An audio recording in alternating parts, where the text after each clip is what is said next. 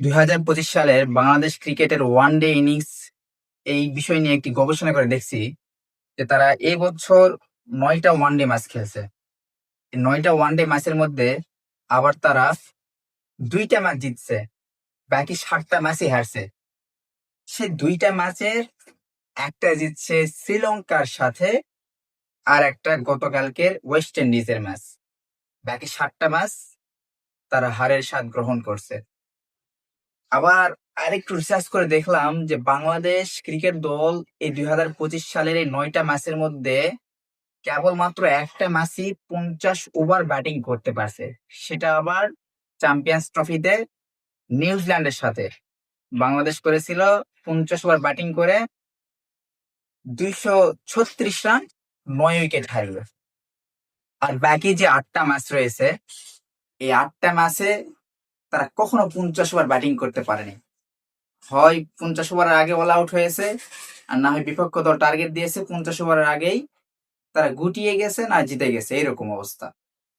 যেহেতু জিতছে একটা ম্যাচই, আগে ব্যাটিং করে পরে টার্গেট দিচ্ছে যে শ্রীলঙ্কা, বাংলাদেশ 50 ওভার আগে ম্যাচটা উইন করতে পারছে। বাকি যে 7টা ম্যাচ যদি ধরি, এর মধ্যে 5টা ম্যাচ বাংলাদেশ ক্রিকেট দল আগে ব্যাটিং করছে। 5টা ম্যাচে আবার আরেকটু রিসার্চ করে দেখা যাচ্ছে যে তারা কখনো আগে ব্যাটিং করে 250+ রান করতে পারে নাই।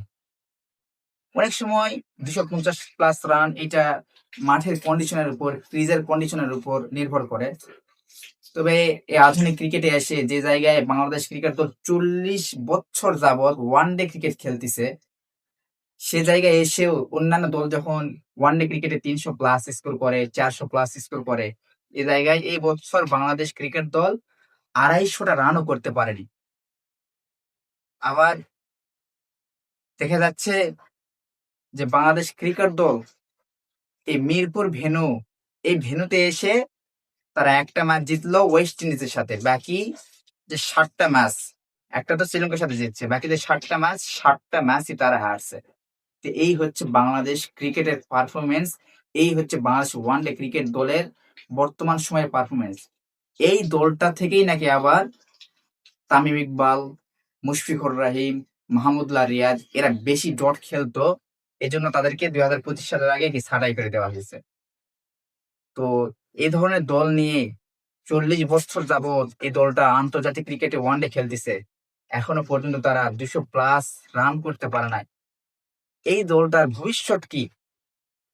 আপনারা একটু অবশ্যই অবশ্যই কমেন্টে জানাই দিবেন।